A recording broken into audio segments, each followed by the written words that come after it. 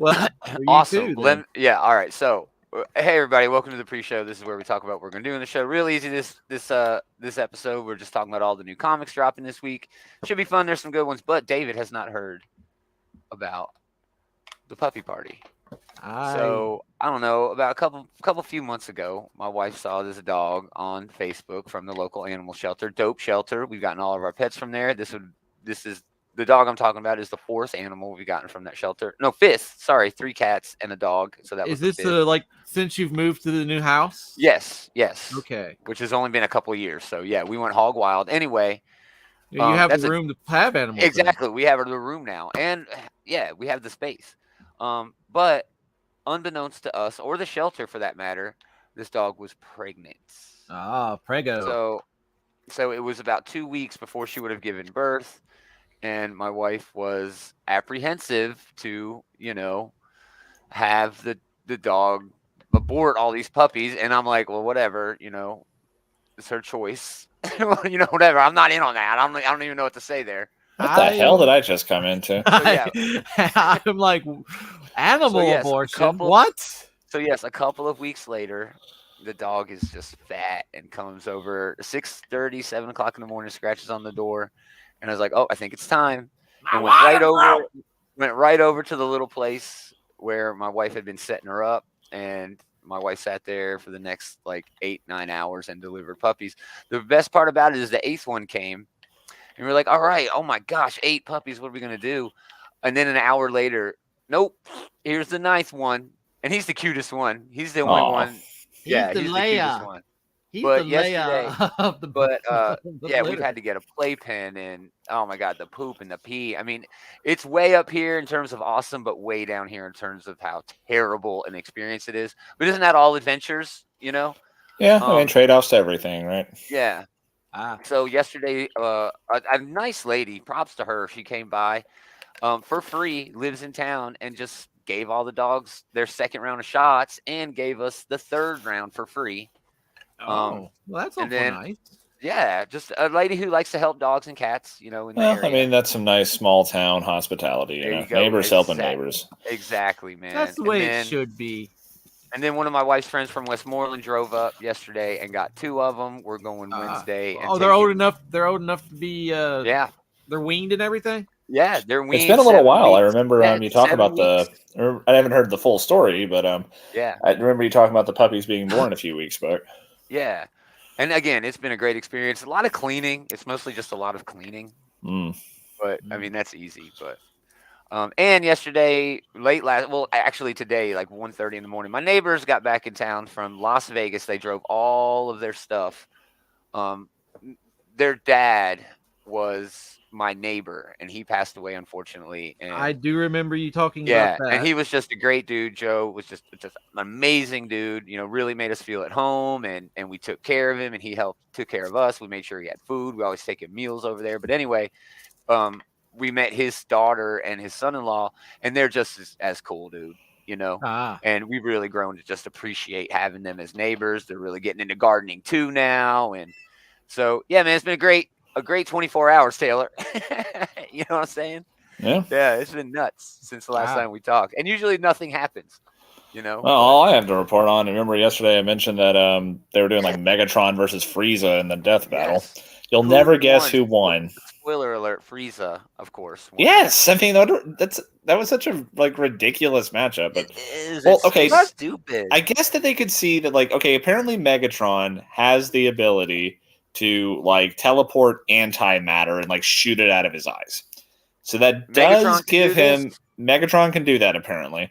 Okay. But is this when he had all the powers of the Decepticons in that match against Optimus possibly. Prime? No fucking idea. That's just something they mentioned. It does give him a way he could conceivably kill Frieza, because it doesn't matter how much tougher Frieza is, if you matter and antimatter collide, it just kills you. Like Star Trek.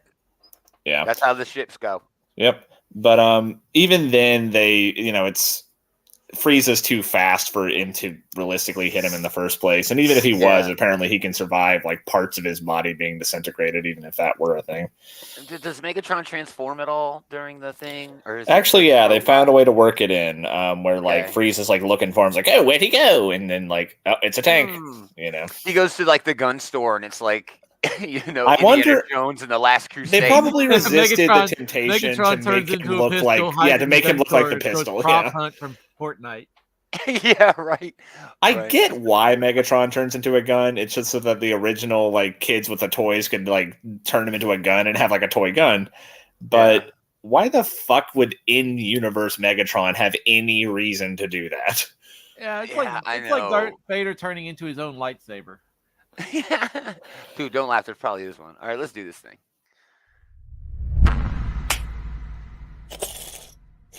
I would not be surprised if there is a Darth Vader that turned into his own lightsaber. Have they ever done Star Wars and Transformers crossover toys? I don't think so. They've never made like a transformable Falcon or anything like that? The answer is yes. Oh, okay. They have. They actually had several Transformer figures. Okay, so I'm going to assume you can transform an X-Wing and the Millennium Falcon. They got anything else? That Death Star? They had Darth Vader and No one can hear you. Hey, welcome back, geeks. It's another episode of this Geeky Comics Hour, Geeky's Comic Book Talk Show. Shit Talk Show. Frankie's hanging out. Hey, dude. It is. What's up, bitch? It's been great. Bitch is. He was saying hi to all of us. Yeah. So, what did they have? Star Wars. Okay, they definitely did have a Millennium Falcon, but it was a combiner of Han and Chewie. Oh, they had. I don't want them to transform into the people from Star Wars. Yeah. I just want the vehicles to turn into Transformers. Yeah. I actually have a couple. But they were like Transformerized characters. I get that, sure, but still, they had the X-wing that turned into Luke, like pilot. Yeah, Luke. that sounds lame, dude. They had one of the Jedi interceptors that turned into Anakin, and one that turned into Obi-Wan. No, that's. And they also had Darth Vader that was a TIE. His TIE. Yeah, that makes sense. But that's. Did they have like a Death Star that turned into like Tarkin or something? Or like, the Emperor or some shit. I think that would have been like on the same scale and scope as like the Unicron figures from back then. Well, I don't know. I don't think that's the worst idea, but honestly, I think that they like should have quit while they were ahead. Just have like the vehicles from Star Wars turn into just like normal ass Transformers. It didn't have to be like Han and Chewie. There's an Ecto-1 from Ghostbusters and the Time Machine from Back to the Future. Yeah.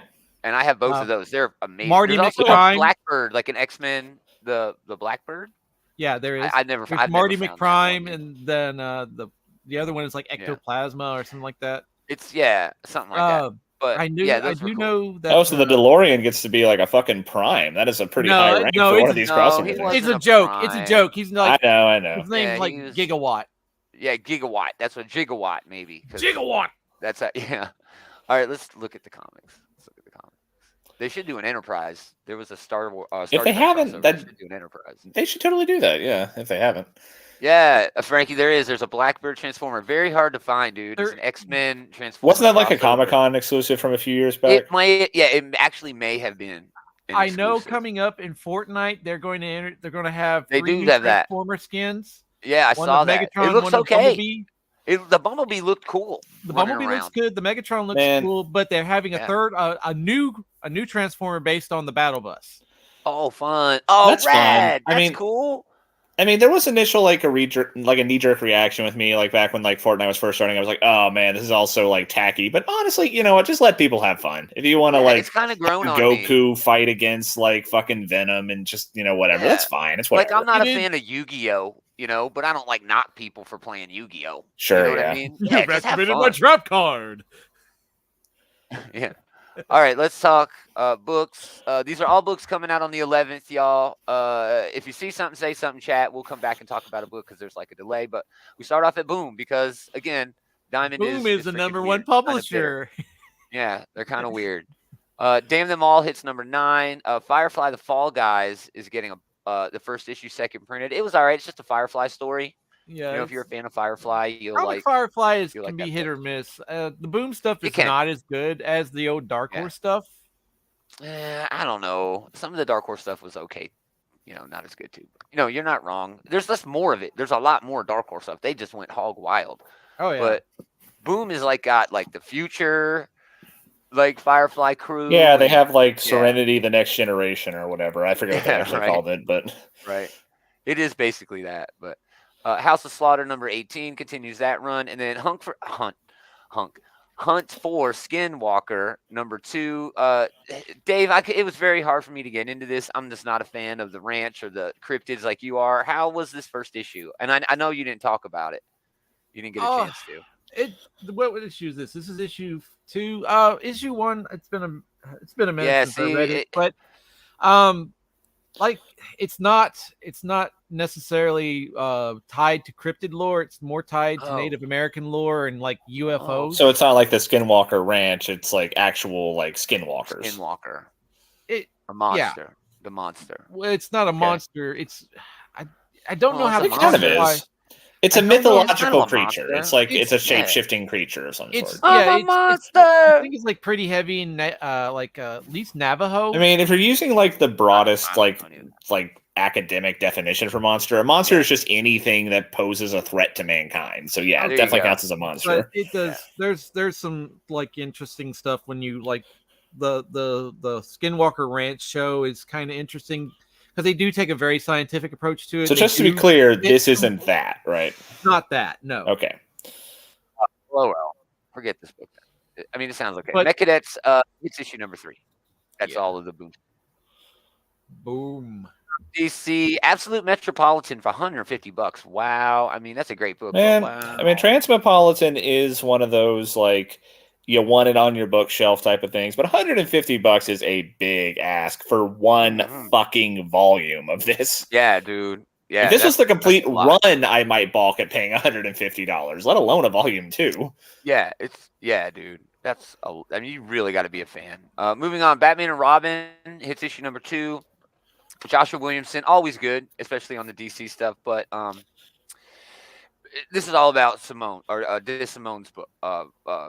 Art in here. Simone DeMeo is just amazing, and it's lovely artwork. Although after that last issue of Batman, it does seem like it's kind of hard to fit in,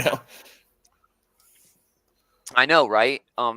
Usually I don't carry, or pull 2 different books that are Batman related, but man, I love the Batman and Robin book. It's fantastic. That first issue really knocked it out of the park. A bunch of cool variants for that, of course. A lot of variants for this book. Yeah. And then more Batman, City of Madness. This is Christian Ward's writing and doing the art on a Black Label Batman book. I wish we had some interiors for this. It is $7 for 3 issues, or pardon me, for 1 issue. This may be the only DC book I pick up this week. Yeah, it's got this great Sikowitz cover too. Let's see if it'll come up. Man, this site's acting weird tonight. Look at that. I mean, what? I'm streaming with no worries, but that's a cool cover right there. So this is supposed to be like a supernatural, cosmic horror featuring the Court of Owls. Very Lovecraftian then. Yeah, that's what I'm hoping for. Christian Ward's art is perfect for that. I think this is going to be a really, really fun book this week, man. I really think it's going to be fun. Danger Street hits issue number 10 of 12. A lot of the steam out of this book for some reason. I don't know why. If you're on it, you're on it. It might just be that it's a little long. But Tom King is on to bigger and better things, man. I cannot wait for more Wonder Woman. And that's the only thing I want to see from him, right now. It's weird, but sorry. I should really go back and read Danger Street. I know Taylor, has been enjoying it. Is one of those ones that's probably going to read better as a collection. But I started reading it early on, and I just lost interest in it, and I think I would be better to pick it up as a trade. Green Lantern number 4 is setting up Sin Sun, guest starring The Flash, new character debut, Sin Sun. After I think that's Sinestro's kid, dude. If that's true, then I fucking hate that. It is. That is a lame name. I hate that name. They had to have had a better one available than that. Yeah. If you cut his hair, he loses his powers. Crap. That being said, I've been enjoying this Green Lantern book, but yeah, Sinister Sons. See where it says? There's going to be a Sinister Sons book. Okay. Superman or John and Damian. they're doing like a Super Sons, but Sinister Sons, and the Sin Son is one of the characters. You know, Peter J. that's not a bad Tomasi's- idea. That could be fun. I mean, that's whatever. But Peter J. Tomasi's pretty good at that sort of yeah, shit. Weird. I know it's a stupid name. They had to come. They needed name. a second pass on that name. I hate it so much. How'd that make it past editorial? Are you really going to go with Sin Son? I would have rather they called him Sinestro Jr. or something. Yeah, right. Sinestro Lad. 2. Yeah, Sinestro the Third. Sinestro 2. I don't know. Just not fucking Sin Son. Boogaloo. Yeah, right. Evan Doc Shaner gets a variant for that as well, as does Baldion, which, that's a cool cover. That's like the Godzilla Kong covers he's been doing. They've been really fun. Mad Magazine hits issue 34. Superboy, the Man of Tomorrow, number 6. Kind of sweetly bitter here, you know. This book has not been terrible. Yeah, it's not bad. This is the one that won like the March Madness or whatever. It came at a high opportunity cost. Like there were others on that bracket that I would probably rather be reading. Yeah, man, and it's kind of a bummer, but hey, good for them to do a book and have it be, pretty damn good. And hey, Connor Kent is one of those characters who has been like benched to oblivion, after one of the reboots recently. So it is good to see him get a chance to do stuff. Especially with dude, they're really pulling out every Superman book that they could ever think of. Yeah. If they can get that Smallville book going, then as someone who languished for like 10 years with my favorite Flash, on the bench, I have eternal empathy for other people who want to see like their characters who have been sidelined, get a chance to be out here and doing stuff. Yeah. I really think DC is doing well. I mean, they did it with Batman and have been doing it with Batman for years, but they started this thing with Superman this year. Yeah. Made a big deal out of Action and Superman, where all of these other books trickling down from that are getting read. People are reading them. Yeah, they can do the same thing with Flash, Green Lantern, I noticed it, and Green Arrow. Yeah. And Green Arrow. Absolutely, yeah. I noticed it for the first time, I think, that Fire and Ice book that came out last week, they put the Superman logo up on the corner so it's part of like the Superman family of books. I think that's a really good way for it is. That's a smart way to do it. Like, if this is like your favorite character and you want to see like all the different shenanigans that their supporting cast is getting out to. I mean, the main thing with the Fire and Ice book is that it takes place in Smallville. Other than that, Superman doesn't have much to do with it. But still, I could see how it's like a quote unquote Superman book. Like tangent too a little. Sure. Yeah, that's fair. But yeah, I really think there's a good opportunity for DC to do something bigger with that. Grow Flash family, grow Green Lantern family books, grow Green Arrow family books, and then have them all sort of intermingle in some struggle or event, and I get that you can only publish so many books, but I do think it is a good call to focus on like these different clans, these different families. What the fuck, David? These different families. David's doing the dishes. Classic David. My cat he's practicing his juggling in the middle of a podcast. Man, I've mentioned this before, but Leroy and Eli were doing a show on the Bullies one time, and I was on there, and they had a guy on there, and all of a sudden we hear shh coming from his mic, and he's like, "What are you doing?" He's like, "Oh, I'm frying fish." And dude was like on his phone doing the show frying fish. It was wild, dude. It was so fun. Man. He and Dave should meet. They'd get along. Yeah, right. They should do their own show together where Dave's just eating candy the whole time and this dude's cooking ribs or something. I don't know. We're just ribbing you, Dave. It's fine. He loves it. I have a box that's precariously perched on something, and my cat decided that it was where she wanted to sit. I mean, that sounds like it's kind of your fault. It is. I was about to say, that still sounds like your fault. The cat don't know. Sorry. Superman Lost Hits number 7. That's been an okay book, but it's fine. It's kind of Dark Knight-ish. It's like out there. These Black Label books, I honestly don't know much to say about them. If it sounds like a premise that you like, sure, go for it. It's probably fun, but it's not exactly required reading for anything. They're all self-contained. Probably the book I'm looking forward to the most at DC this week is this new Wesley Dodds the Sandman book. This is They've been pimping this out in the back of all the DC issues last week. Yeah. This is a character who, man, we were just talking about Dick Tracy yesterday. This character feels kind of like that sort of thing, Yeah, I mean, this, like, I don't know how many people have read, like, Sandman Mystery Theater, but that is another one of those, like, prestige comic books. Exactly. And as far as I'm aware, this is the first time they've been using Wesley Dodds since then.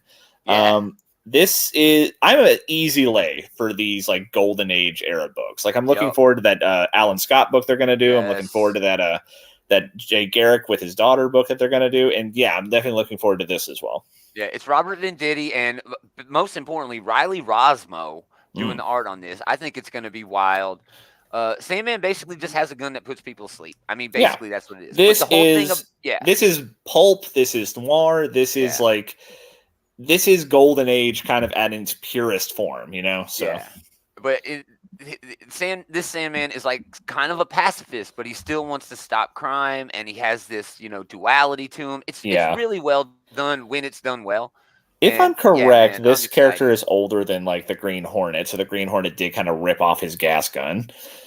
Yes. Yeah. This, Dave, you could look that up and see which character is older. But yeah, I think the Sandman is definitely older, and the Spider-Man villain always takes a lot of the steam out of this character. People are like, oh, why? And like, no, dude, you have no idea. There's a real glut of characters named Sandman. To be clear, this is not like Dream of the Endless, and it's not the Spider-Man villain Sandman. This is nothing to do with either of those. Yeah. Dave, I'm looking. Who's older, Sandman or the Green Hornet? I'm looking right now. Sandman debuted in 1939, and I'm looking up the Green Hornet right now. Wow. I can't imagine Green Hornet's older than that, unless he was like he might have been in some of like the pulp mags or something. But I thought he would debut in like the 60s. Because I'm trying. Well, right now they're giving me like the film and the comic book. Of course. So I'm trying to sort through it. Yeah. And that's the Green Hornet was created in 1939. Oh. No, I'm sorry. I'm sorry. 1936. Oh, well, looks like Green Hornet is the other one. Green Hornet is a superhero created in 1936 by George W. Trindle and Frank Stryker with input from radio director James Jewell. Oh, was it a radio show or was it like a pulp mag? The first appearance is the radio program on January 31st, 1939. I guess I owe Green Hornet an apology. Sorry, GH. When he made his debut in comics, in 1940.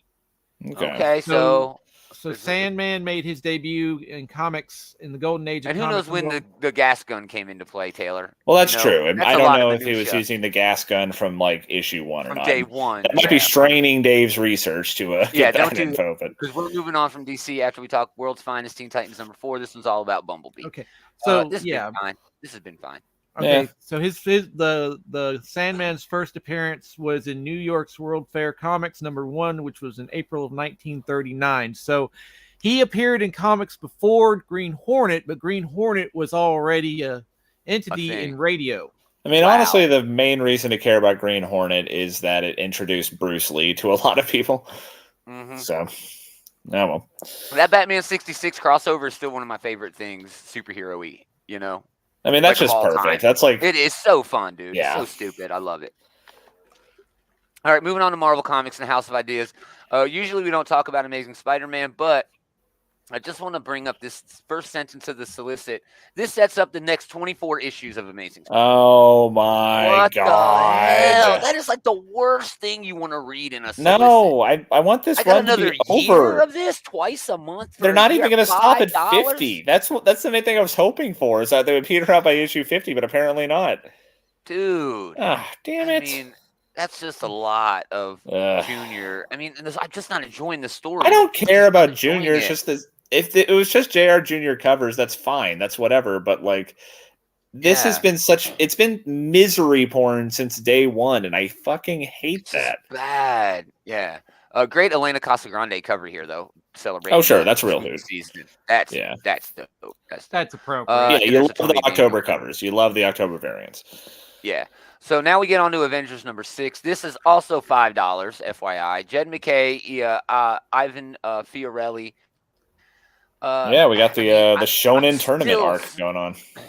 Yeah, I'm still so on the fence with this. It feels like a chessboard almost. Like it's just so purposeful, but I'm still kind of enjoying it. You know what I mean? I'm enjoying it a lot. I like the quirky mini boss squad that they are going up against here. I liked the like individual matchups. They all seem thematically appropriate too, you know. So like, you're not wrong. There's a lot to glom onto here, but it is kind of the popcorn movie version of a comic book. Where like, there's not much to say about this except for like goofy action premises, you know. Yeah, and weird villains with weird powers. I mean, the city. I mean, that's interesting shit. That's what I'm talking about. And but especially like, him being the one who goes, like the guy who's like the urban designer run amok is the one who's going up against Iron Man, and that's fun. And we have like Thor, a god, going up against somebody who is powered by worship. You know? Yeah. This is a great panel right here. The full page. Hell yeah! By Fiorelli, just dope. So, yeah. Again, I'm still reading Avengers. I probably will always read Avengers. You know, but I mean, Avengers or X-Men or like Justice League. Those are the type of books where like, these are like the flagships. You know, these are the things that like are supposed to. Spider-Man, Amazing Spider-Man is supposed to be the flagship. Well, too. That's a fair point. Just saying. I would have said that at once upon a time. So fair point. Really good covers there. Mark Brooks gets a cover. Just Taryn Clark gets a cover. Just really fun stuff going in there. Surprise, like hit of the year. I didn't think I was going to enjoy this nearly as much as I did or have been doing. A little bit of a bummer. We get Valentina Pinti as a fill-in artist here. I'm okay with that. You got to wait for that Casagrande art. Yeah, Elena Casagrande is one of those artists where like, no matter who you say you're replacing her with, it's always going to be like, man, you know. Oh, for sure. Yeah, that's not a knock against Valentina here. This does look really cool. Who was doing the work when she was off on Black Widow? That art was still. It was. I don't remember, but it was still really good. Yeah. And this looks okay too. A lot of fun action, a lot of slice and dice. You know what you would expect from Blade. But finally some weird vampires. You know, we haven't even really had vampires in the book. Yeah, he's been fighting like ninjas and like Oni and stuff. Yeah, he's been fighting like yokai and stuff. Yeah, they got predator fangs or whatever. But yeah, really fun book. I tell everybody if they ask, from the third Blade movie or the second Blade movie. Yeah, those weird from the third Blade movie. But when people ask me what should I pick up at Marvel right now, I always tell them to go get the new Blade book.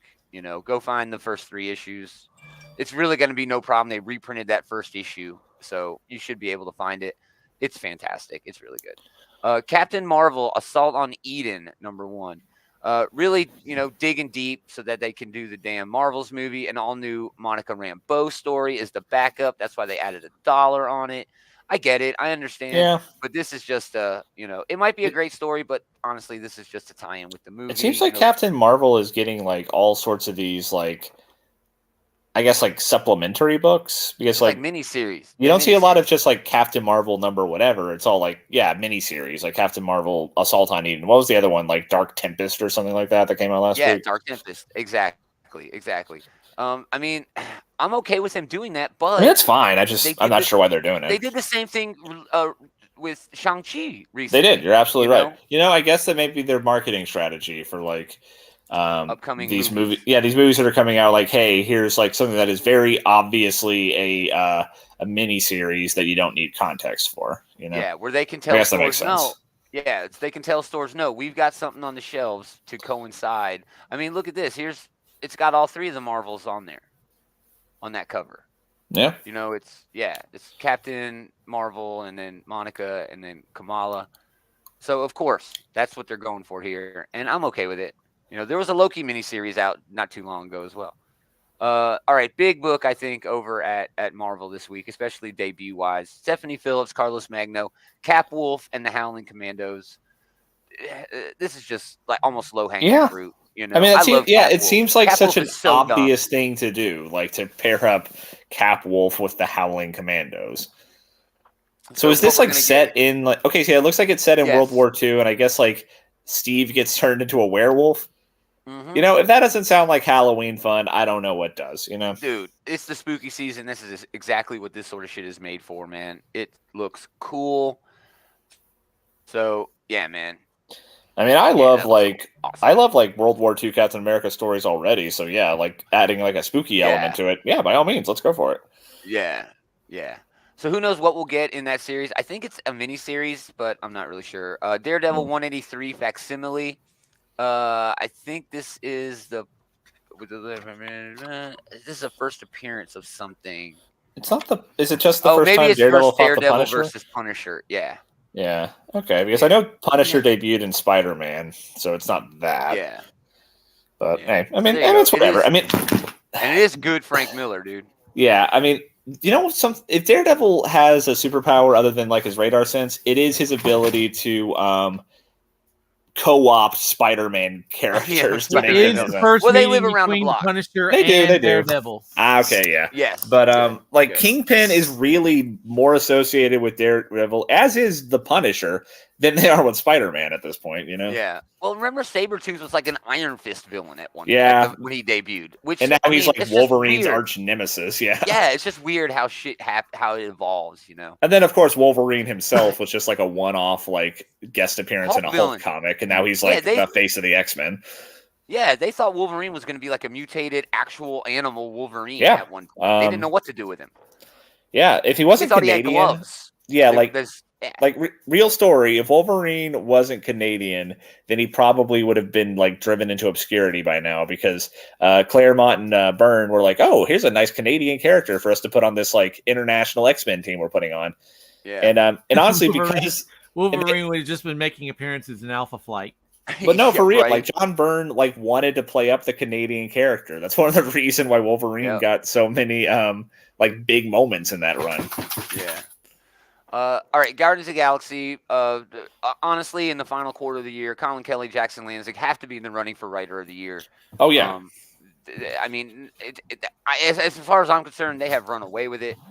But I mean that that Cap run of theirs, like that has maybe more of a bang for its buck than any other run I can think of. You know, because like their Star Trek run has been the best Star Trek run in the history of Star Trek comics. Yeah, and I've read them all. I've read them all.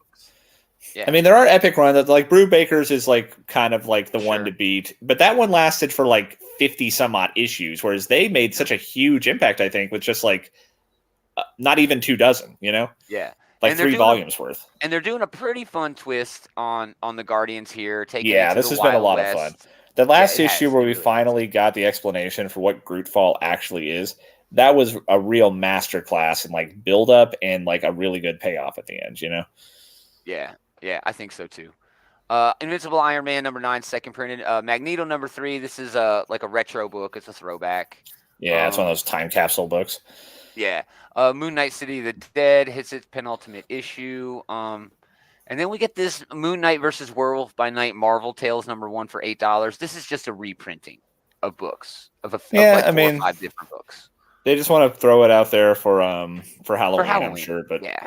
And honestly, hey, that's an interesting enough matchup, but you know, whatever. Didn't Werewolf by Night debut in Moon Knight, or am I getting that backwards? No, I think that's correct. Werewolf by Night debuted in Moon Knight, and I mean, both of them have shows, and they are re-releasing the Werewolf by Night Halloween special, like with in color though. Color.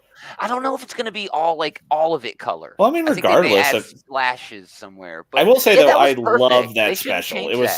It was perfect in black and white, and that's I think how you should watch it. Yeah, it's like, oh, we're going to update the Wizard of Oz to colorize the first part. Why? That's part of the charm of the fucking movie. Don't change it. Yeah. I don't know. We'll see how it turns out. I'm Werewolf by Night appeared in Marvel Spotlight #2 in February of 1972. Oh, so Moon Knight must have debuted in a Werewolf. So I'm looking up the importance of Marvel Spotlight #2 right now. Okay. And in Moon Knight, they claim presented their a rematch. Okay, I see. Okay. Well, yeah, let me know. Silver Surfer Rebirth, again, one of those throwback things. Spider-Man India wraps that series with issue #5. It's been pretty good, actually, you know. Star Wars Dark Droids #3. In the running for event of the year, honestly. There have not been as many good ones as there should be. Gotham War is fucking fantastic, but the Savages in there ruin it. Or whatever the hell his name is, Sir Batman's freaking conscious, shitty devil on his shoulder. That's kind of ruining it. But Dark Droids has been freaking fantastic, dude. It has been so much damn fun. A lot of variants for that, obviously. And then Mandalorian Season 2, #5. Superior Spider-Man Returns one-shot. It's $7. And, I mean, it is Dan Slott coming back to a character that I had a whole lot of fun with. but I was done. It's like once I think Thanksgiving's that they've over, you told don't the go eat more. story. Yeah, I think that they've told the story that this concept had the legs for, Yeah. Eh, I just don't understand why they're coming back to this. I don't want to read this. Man, I'll whoever's probably drawing will. Doc Ock there is really making him a lot pudgier than normal. Yeah, he's fat as hell, dude. It's a Common Looks Coley. like Humberto Kingpin. Ramos is working in there too, but that's Ramos. That looks like Humberto Ramos art there. But I don't know. I'm on the fence with this book. I don't know if I really need this. So we'll see how it goes. Venom 26, still celebrating the summer of symbiotes, even though the fall It's has come. fall. Wolverine number 38. As Wolverine gets with Cap again, they go back to war. We saw this building up already as Cap is on the Uncanny Avengers, which is kind of filling in with the Fall of X shit. It's kind of falling with it. Orcus tried to murder Captain America and blame it on the X-Men for the whole thing. So this is pretty cool. You know what I mean? I mean, yeah. I mean, Again, if the they next have few such a issues great of history Wolverine, together. yeah, Yeah. if the next few issues of Wolverine are just like Wolverine has like random team ups, I am here for it because that one with the Hulk last time was Yeah. great, and I have a lot of expectations for this one as well. Yeah, this is just Ben Percy writing all the characters that he wants to write. Andrew in the chat, Moon Knight was in Werewolf by Night number 32 or 33, I think. Okay, Yeah, cool. there's Moon. Yeah, that did bring up. Okay, Moon so it Knight was the other way around. Okay. Yeah.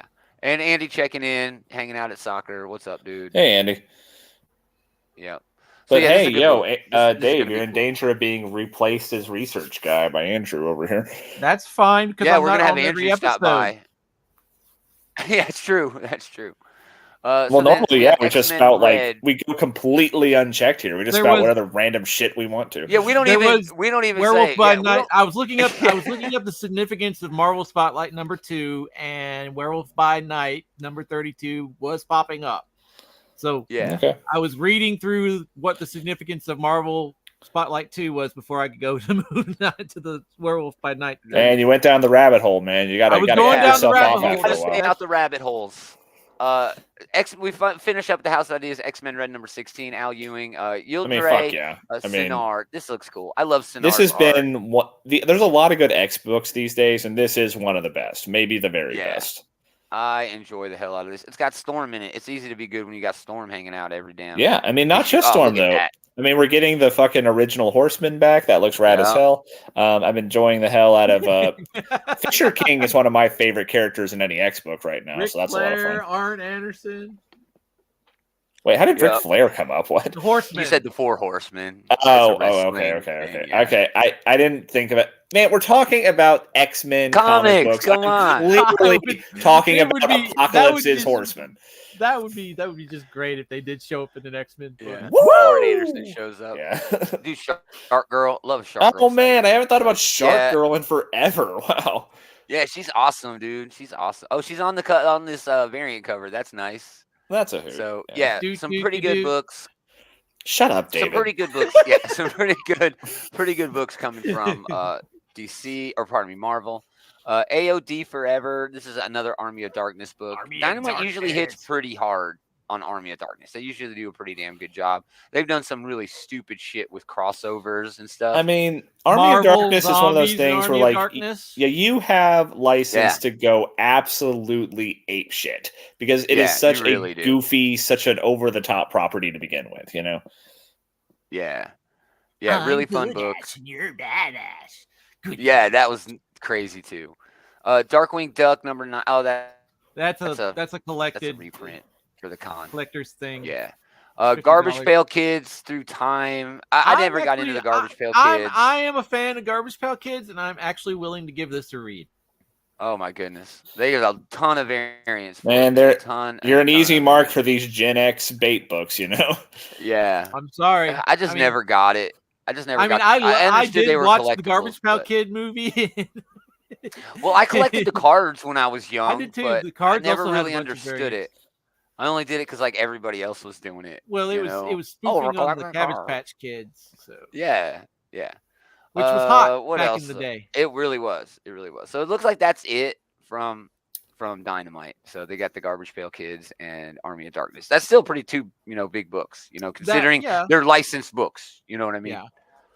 All right, moving on to everybody else. This is where Dave shines. Okay, there are Haunted a Girl, lot of books number right one. now, so There are.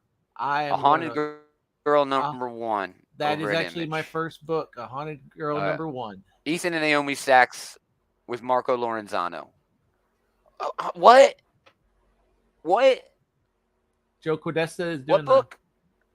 It's A Haunted Girl. Joe Quesada. Yeah. The Haunted Girl. I just think you were Quodesta. blinking out. I think your audio might have went out for a second. Ah. So Cleo, an adopted 16-year-old Japanese American whose depression drove her to near suicide, is trying unsuccessfully to reintegrate back into her old life, but her struggles are just beginning as she encounters an increasingly terrifying succession of ghosts. So it's girl versus ghosts. It's a Japanese American girl. I wonder if she's like in Japan and it's like going to take her to the suicide forest. Ooh, I don't know, because it mentioned suicide. Maybe it'll do that in a flashback. Say, "Oh, this is where I went," and then that's where her ghost thing happened. If you remember the John Constantine movie, I think that's kind of what happened to him, right? Like he had like this, like death experience, right? He committed suicide, was in I on think, and made a deal with the devil. Yeah, come back. I don't know. Yeah, because then when he again committed suicide, but to like save people, the devil showed up and was like, "Nope, you can't do that." Yeah. All right, American Psycho. American Psycho number one. It's been a very long time since I've seen this movie, so it's like a cult classic sort of. It is a cult classic. I especially love the spoof where like it's Huey Lewis beating out Weird Al Yankovic. Yeah. That's a winner. I mean, it's just a lot of variants for this, man. A lot of variants. I don't know. When did American Psycho come out? Was that like in the mid 90s or something? It's not Christian Bale's first movie. I know. I think it was the mid 90s. Yeah. Because Christian Bale was acting in a movie with a child actor in a movie like a British child under Japanese occupation or something, like Land of the Rising Sun or something. It was. I saw a movie with a young him. I don't think it was his first one, where he was like a kid in like the Hitler Youth or whatever. I think it was called Swing Kids or whatever. 2000. He was in a movie called Newsies, which is a Disney musical about newspaper delivery boys unionizing in the 30s. That's a dope movie. If you like musicals, that movie is sick. It's rad, and Christian Bale murders it. He's amazing in it. He should just do like an American Psycho, but no. Yeah, exactly. All right, where we get? Go on, Dave. What's the next book? One on the list? Just because I don't know if I'm going to pick it up. Claudia Christian's Dark Legacies. Okay. This is the actress from Babylon 5. Okay. She's writing a comic book. Expanse meets Terminator meets Blade Runner. That's cool. I think we just got that with the creator. Yeah, that's cool. That is a phenomenal movie. All right, moving on. Comic book trivia. That's a weird thing. That's not one of my picks. A young comic book fan makes a wish to only ever have to know comics. He is teleported to another dimension where now the role of the reader must prove his worth by answering 150 comic book trivia questions. That's fun. That sounds terrible. Okay. Because you were like, oh my God, I don't know the answer. I don't know how to cook. I don't know how to go to the bathroom. What a fake geek girl you turned out to be. All I know is comic book stuff. Worst wish ever. Oh, is Creepshow just Tales from the Crypt? No, it's basically like that. This is two stories. So that's not the Crypt Keeper. No, like they're in that panel. Okay. No, Creepshow has like its own sort of narrator character like that. Who's a blatant ripoff of the Crypt Keeper? Okay, cool. I think Crypt Keeper actually might be a ripoff of Creepshow. Oh, I'm not sure which one came first, actually. I'm getting everything backwards today. Yeah, right. But I don't know for sure at all. But it is Michael Walsh doing a story in here, and he is amazing. He's the guy who does Silver Coin. Great at horror stuff. And then Dan Waters, who did Homesick Pilots, which I know Dave is a huge fan of. Oh yeah, that's a great one. Yeah, so this might actually be a good spooky season book to pick up. Creepshow number 2. Oh yeah. What's next, Dave? Next on the list is a book called Destiny's Gate from Image. It's Destiny Gate new miniseries premiere. It's Ryan Cady and Christian Dabari. Life, for the most part, is the product of decisions you make. For some, a wrong decision or two leads to a crossroads on the other side of the Destiny Gate. Do you fight for a chance to survive and to start anew? Or do you succumb to your inner demons and end it all for you and, worse, yours? In this opening tale, we meet Mitchell Slade at the height of the Great Depression, down on his luck and heading home to a disappointed and desperate family. Mitchell's train ride veers off the rails and transforms into a macabre and darkly fantastical journey into his own fragile soul. So this is going to be a series of one shot of like one stories with like an overall theme. It feels like, but yeah, I don't know. It looks okay though. It's Image. Dave is just laggy today. The Creep Show host is just called The Creep. Okay, and who came first, him or the Crypt Keeper? I'm looking right now. Everything I'm looking at just is telling me about like their movie or television debut. And right now, the Creep Show Creep debuted in the '80s, and the Crypt Keeper on the show came out in the '90s. Yeah, so I love Crypt Keeper, man. The Creep Show movies came out in the '80s, so yeah, time. So I'm trying to figure out what blatant ripoff. Yeah, I'm trying to figure out what the comic book.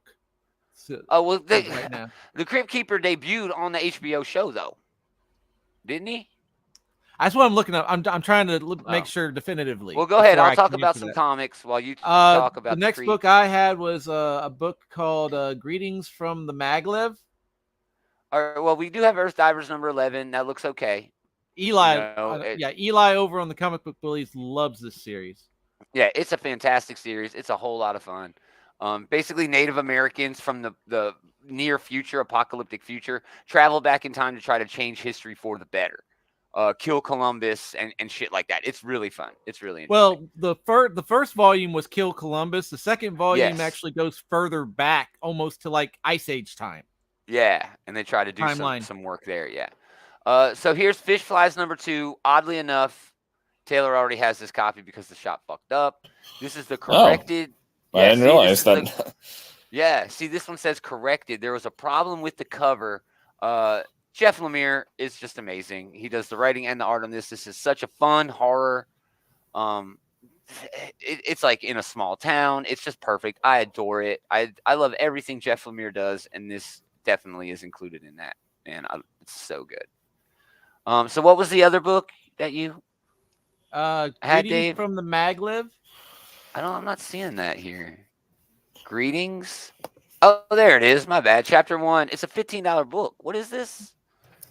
It is a kind of like the opposite of Mad Max, where gasoline is in short supply, but they use basically maglevs to transport people around, but only the ultra rich can afford it. So like people are like pirating, or like hijacking the maglevs.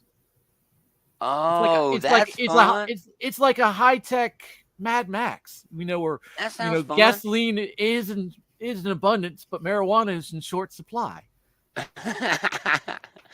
That's an MC Chris reference too. So right, race. Cool. That does look fun. It's a $15 book. I don't know if I'm going to get it, and I don't think the shop's going to get it because it is probably not. Book. So expensive. But I read that and I was like, man, that sounds actually pretty interesting. It's like basically kind of that Snowpiercer. Right. So apparently there was the Tales from the Crypt movie that came out in 1972, and there was a Crypt Keeper character in that. It might not have been like the Crypt Keeper though. Okay, no, that counts. That counts. There's a Tales from the Crypt comic book that came out in the 1950s from EC Comics. Man, Eerie Comics. EC made a lot of horror comics, so that makes sense. I think it actually stands for Eerie, like Eerie Comics. Like I'm trying to figure out if there's a Crypt Keeper in that right now, because everything on Creep Show is going back to like 1982 so far that I can find. Right. So Wild. I didn't realize Tales from the Crypt was that damn old, dude. Yeah, I thought it just was started older. with HBO. I thought it was a lot older than the 90s. I thought it was around Yeah. before that. Yeah. Yeah, it says Tales from the Crypt was an American bi-monthly horror comic anthology series published by EC Comics from 1950 to 1955, producing 27 issues. Huh. But it's not mentioning like a host. So Right. Well, the movie that came out in the 70s did have like an episodic format to it. It was basically just like 5 short stories, and they were I like love those. led around by the Crypt Keeper. So I'm going to go ahead and say that I do think that the Creep from the Creep Show was a ripoff of the Crypt Keeper. There you go. Agreed. It's settled. Haunt You to the End, number 5, miniseries finale. This is about a haunting at the end of the world. I've been off of it since issue 2. I've kind of been off of that. Hunger and Dusk number 3, which has been really good so far. It has. This is G. Willow Wilson, right? This is her fantasy story over at IDW. Yeah, it's great. It's really fun. It's really fun. All right, the next book here is Midlife Hero at 50. Okay, number 1. Okay, yes, I've heard of this. It's called Midlife, and it's basically a hero, like a middle-aged crisis. Brian Buccellato, Stefano Simeone doing the creative work here. A 50-year-old firefighter who's been afraid of fire his whole life. Instead of running into burning buildings, he pushes papers, okay? But at one point, he realizes that he's fireproof. Yeah. At 50 years old, he finally realizes that he has a superpower and then starts putting that into action. So it's kind of like, that Unbreakable. It is kind of like Unbreakable. It is kind of like Unbreakable. It does have like an Unbreakable vibe to it, for sure. Yeah, I'm going to check this out. This is probably what I'm going to read as soon as we're done with the show.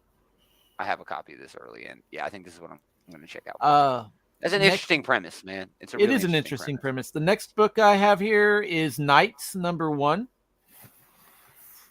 Just Nights? Oh, I see it. Nights. Okay. Right. This is on Image. Wyatt Kennedy and Luigi Formasano. Supernatural creatures exist among the common folk, and America is comprised of just 31 states. It's 2003, and Vince Okonma has lost his parents and moved in with his secret mercenary cousin and his video game making roommate. When he befriends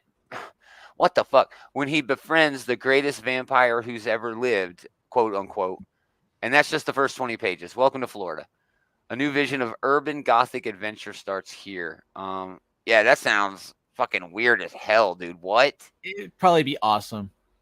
It sounds like it's going to be like just weird as hell. But I don't know what Wyatt Kennedy has ever done. It says Bolero. I don't remember reading Bolero.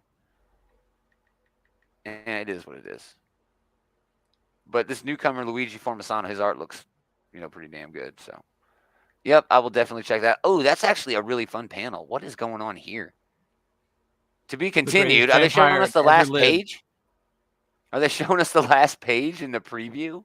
Maybe. Wow. All right, Night. That book is again called Nights. Not All Robots, trade paperback. That's cool. Operation Sunshine. Operation Sunshine. This is by 2 of the hosts of last podcast on the left. This is their next comic book, because they did Soul Plumber, and they've done some other books. They've done some other comic books through an independent, a small publisher, but this is the Dark Horse one debut here for them. It's Marcus Parks and Henry Zebrowski, which Marcus Parks and Henry Zebrowski are like big horror fans. Like Marcus Parks is probably like doing the bulk of the writing here. He knows his shit. But this is Near Dark meets Ocean's 11. A group of young alienated vampires plot to steal a magical object that will turn them back into humans. That's like this cover that we're looking at right now is like reminiscent of Fright Night, the movie. Yeah. But it looks all right. This just because of who's writing it and everything. Because I'm a big fan of the last podcast. I know you're. I know you're a big fan of that show. Yeah. I am definitely. This is probably the biggest indie book that I'm excited for. Yeah, and it this is week. Black Hammer's David Rubin doing the art. So, I mean, it Yeah, looks like it's going to be good. A lot of variant covers for this as well, which is nice. They all look like homage covers too. Like I'm not sure that's American Werewolf in London. Isn't that American Werewolf in London? that does look like American Werewolf in London. And then this one looks reminiscent too, familiar as well. I'm not But yeah, I 100% don't know. sure what that one is. Yeah, those are rad though. I love those sort of covers, especially around horror season.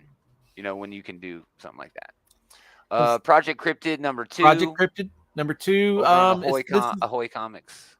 This is essentially basically an anthology. It has 2 different cryptids in here. We're getting the Chupacabra and the white-billed woodpecker or something like that. Yeah, ivory-billed woodpecker. Ivory-billed. But yeah, they the last issue had Sasquatch and the Mongolian Deathworm, which the Mongolian Deathworm story was pretty funny because the guy was using it to charge his phone. Yeah, it's stupid. Because it supposedly generates electricity or bioelectric feedback. The other one, look, Project Reese. Over on Mad Cave. Yeah, this is like Indiana Jones meets Atlantis, kind of. It's cool, dude. Former soldiers are trying to search out Nazi gold and essentially go into what's that movie with like the the humans that turn into monsters in the cave, The Descent or something like that. Oh yeah, it's the Descent. Yes, man, that's a good movie. That might be the next one on my list for spooky October movie watching. But yeah, so we've got like Nazi. Wasn't The Descent the one with like the cave people or whatever, and like it was all in night vision? Yeah. Well, there's a movie. I think it might actually be called The Cave, but there's a movie where like a virus turns people into like bat-like creatures. Oh, that's wild. That's like that episode of Star Trek where Geordi's freaking out. Yeah, where he turns into the Lizard Man, and like it has the actress who played Lena Dunham, the actress who played Cersei from Lena Game of Thrones. Headley. Oh, Headley. That's Lena Headley. Headley. She was also in the Dredd movie, which is amazing. Hell yeah, Dredd movie. Man, I love that Dredd movie. Like, dude, me too. That's an underrated classic. It is way underrated. It's way better. It's way better than the Stallone Dredd. Oh yeah, the Stallone Dredd has a special place in my heart. But no, you're absolutely right. You're absolutely right. Carl Urban is such a real one. Like how many actors would agree to a movie where they never show their face? Dude, if you talk about Carl Urban in terms of like being in nerd movies, dude, he's a geek movie guy. God, he is. He's in Lord of the Rings. He's in Star Trek. He's in 300. He's in 300, right? That's a comic book movie. Carl Urban was he? Was he? In 300? I think he was.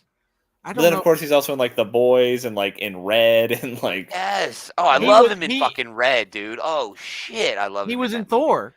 He wasn't Thor. He got to do Scourge's Last Stand. That's such like an all-time classic moment from the comics. He was also in like. Did we talk about the Abrams Star Trek? I mentioned that. Yeah. Yeah, Taylor mentioned. He just needs. He needs to be in a Star. He needs to be in a Star Wars. I don't like those movies except for the third one, but he's great in them. Oh yeah, most of the actors across the board are good in those movies. Yeah. Yeah, I'm not a fan of those movies either, but they're well acted. Yeah, they're fine. I've gotten over it. If I can get over Michael Bay's Transformers, I can get over anything. They're better than Michael Bay's Transformers. Yeah. Yeah. So we get Rick and Morty presents Freaky Friday, Oni Press. Again, if you've ever loved Rick and Morty, you will love that comic. Robotech Rick Hunter number 104. Man, it is, but this book has been such a hit. Everybody's been loving it. It's been pretty good. Saint Seiya's Knights of the Zodiac, that used to be that was an anime when I was like back in the like late 80s, early 90s called it's an adaptation of the anime. Yeah. They had like a CGI on Netflix that was decent. Quest number 3. I remember seeing that. Oh, I didn't watch it, but I remember seeing it on Netflix. Scarlet Couture, the Munich Files. Yeah, that's another one I have. This is on Titan Comics, I believe. And yeah, it's just cool. It's just it's kind of like it's James Bond if James Bond was super hot and a girl. That's how all these books kind of play out. Covert investigations, that's all that play out, and it's fun. It's good stuff. James Bond is one of the most sexualized characters in all of pop culture. Okay, if you're gonna make him a female, she's got to get a swerve on, just like James Bond would. So Mm-hmm. yeah, it really works well. Space Usagi, Oh, you're up Yokai there. Hunter, Wait. the one shot. No, I'm before that. Simon Says #1 over at Blood Moon is a definite horror pickup if you can find a copy. Something Epic by Simon Kudranski has just been awesome. One of my favorite books of the year. Top 5 probably books of the year. It's been so damn good. Yeah, it is. It's also one of the ones I was going to bring up. But yeah, he's got the It. He's got the It. Yeah. Homage cover there. Very well done. That looks like an homage cover too, but I'm not sure to what movie. Yeah, so well done, dude. I adore this book. It's so damn good. All right, So what I was was your looking next? it up here, and The next I don't one think was, Carl Urban was in 300. I don't think he was, but Oh, okay. he is apparently what I'm going to thinking be of. Johnny Cage in the upcoming Mortal Kombat 2. You so know there's what? another nerd movie for you. He is. This is weird how I make this connection. Okay, he is not in 300. He's technically not in Watchmen, but is in Watchmen. He did the voiceover for all of the pirate shit, the Black Freighter, the Black Flag. the Black right? Freighter. Black I think it's the Freighter, Black Freighter. But I Yeah, it's the Black always Freighter. fuck up Black Freighter and 300 for some reason in my brain. I I don't know guess they're both comic book movies that Zack Snyder directed, but why. Yeah, I think that's I why. don't know. I think that's why. But There's a and there's degree a of lot hot separation dudes in there. 300, and Carl Urban is a really hot dude. So I mean, That too. yeah. All right, so Space Usagi, yeah, this is kind of a big deal. Mhm. It's just Usagi Yojimbo doing Star Trek. I can't believe they've never done this before. Have they never done this before? I think they have done this before. I know that Usagi Yojimbo was in an episode of Ninja Turtles where he was on he was in like an intergalactic space like martial arts tournament. Or actually, he was the janitor who was like hanging out like adjacent to it. No, he was. right. Which what I just said is Turtles? 100% true, Dave. That's It not is. a no from you. Yes. He was in Ninja Turtles, but I think he was like in the first series and then the first animated series of Ninja Turtles. But he was like mistake That's the turtles irrelevant. for, like, guards. I was just pointing at a time where he was in story. space. Yeah, but I don't know if he's ever been in space in the comics, is all I'm saying. Yeah. I'm not sure either, but man, yeah, it sounds so fun. Sounds so much fun. Spawn, Scorch, #22, McFarlane at Image, of course. Star Trek Day of Blood, #1, gets a director's cut. It's $7. Going to have, I don't even know what it's going to have, but I loved Day of Blood so much. One of the best Star Trek things I've ever consumed. It was so damn cool. I doubt I'll pick this up, but it was still really cool. Star Trek, baby bear. yeah. He's become my favorite character on that show. Yeah, dude. Shax is the best, dude. Halloween is a Star Trek book all about the holodeck being haunted. It's weekly for the whole month of October. The first issue was really solid. I didn't even notice that it was Halloween, like the holodeck. That's such an obvious thing to do, and I feel stupid for not realizing it before. Yeah. Oh man, they got a great variant cover by J.K. Woodard. It's like the Animorphs. Oh, Isn't that what it's called? shit. The Animorphs. That looks exactly like an Animorphs cover. Like the Animorphs. Will Riker animorphing his way into a werewolf. That is chef's kiss. Sick. That's sick, dude. Yeah, I'm getting that cover. That's dope. Star Signs #5 of 8. This is the what the hell's his name, dude? The Saladin Ahmed doing his thing where and it's like the Zodiac Avengers or whatever. Yeah, Zodiac Avengers. That's the best way to put it, dude. The antagonist. Well, I guess Zodiac Avengers would just be like Saint Seiya, but whatever. Oh, sure. That sounds like an anime thing. That's a reference for Dave. But, the Cull #3. This is like a portal story where a group of teenagers go into a portal looking for one of them's little brother. It's great art, cool characterizations, but in 2 issues hasn't really gone anywhere. I'm hoping, like last issue, everybody just started banging for some reason. Yeah, everybody started having sex. Everybody got really horny, and it was just like, this island's having an effect on us. It was weird, dude. It was super weird. The Madness #36. This is an AWA book. Yep, by J. Michael Straczynski and Akko. Fun book. Really fun, dude. Especially this time of year. TMNT Saturday Morning Adventures is doing a Halloween special. And then that's basically it. We get TMNT versus Street Fighter #4 of 5. Just a big, dumb, stupid fun there, Undiscovered Country #26. It's hard for me to believe this book is still going. I was off this book by the first arc. I just did not get it. Maybe I need to go back and give it another shot, but yeah, I don't know. And then Walking Dead number 73, the deluxe version. It's Kirkman and Image. Weird Work number 4, Shaky Kane's new thing, very cool. What else we got, dude? Is Witch Hammer worth mentioning? I don't even know what that is. That's American mythology. Yeah, I'm not sure what that is. And then Zombikings. Zombikings. There's a bunch of small press this week. Holy crap. There's a bunch of small press. Yeah. What was that book that came out all those years ago? It was like Cowboy Viking Zombie Ninja or whatever. Not zombie, but Cowboy Viking Ninja or something like that. Oh yeah, that book's great. I have a copy of that. It's like I think that's just a Justin Jordan book. Yeah, I love that damn book. It's awesome. Oh yeah, that was a lot of fun. But that's really a good example of one of those where like, let's come up with like a stupid idea and just run with it. Yeah. So, man, it's almost too many books to talk about this week. I think I'm really excited most about Batman and Robin, of course. But, yeah, I'm not even really sure, dude. It's just a really weird week. I'm weirdly excited for Capwolf, you know? Oh, yeah, that's a good pick. Yeah, that's and then, you got old standbys like X-Men Red and Wolverine. Yeah. There was something at DC I was excited for, but I can't remember what it was now. Hey, let me. Oh, no, that's not it. I already closed it out, so I don't know. Well. I know it was a debut. There was that Batman debut, and then they had a couple of others. But awesome, y'all! Thanks for hanging out. We appreciate it. If you like what we're doing, check out the Bullies. Oh, it was the Sandman. Oh, the Sandman book. Oh, yeah. Shit! Yes, the Sandman book. That's awesome. But as I was saying, check out the Bullies. Leroy and Eli do a pop culture show. They did one just last night. It was quite good. They review comics, of course, but they also talk video games and movies and TV shows. Really fun time. Find their links at outrightgeekery.com. You can find links to everything they got going on, everything we got going on, all the socials, all the audio, the video, everything like that, including the group. No bullies in the Outright Geekery Facebook group. Go to that Outright Geekery, hit the link, join up, hang out. Andy's running things over there. Probably the biggest week of the year for comics this week. New York Comic Con is gearing up. We've already got a lot of news. There's a new Cruella de Vil book on the way. There's going to be a Gargoyles event over at Dynamite. Yeah, so much shit going on. And that's just, I saw there was going to be a Cruella de Vil book out of that villains line from Dynamite. And I was like, oh shit, yes. She hits harder than all them villains. I don't give a shit. She's going to kill puppies, y'all.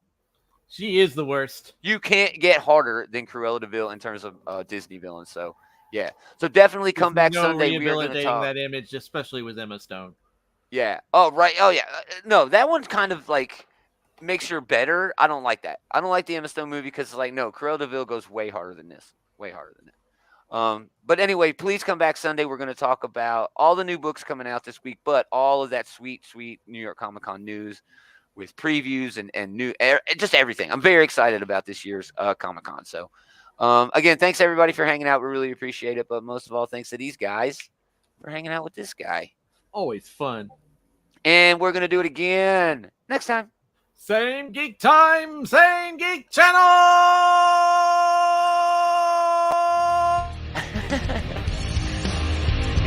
Dave holding that note there. Wow.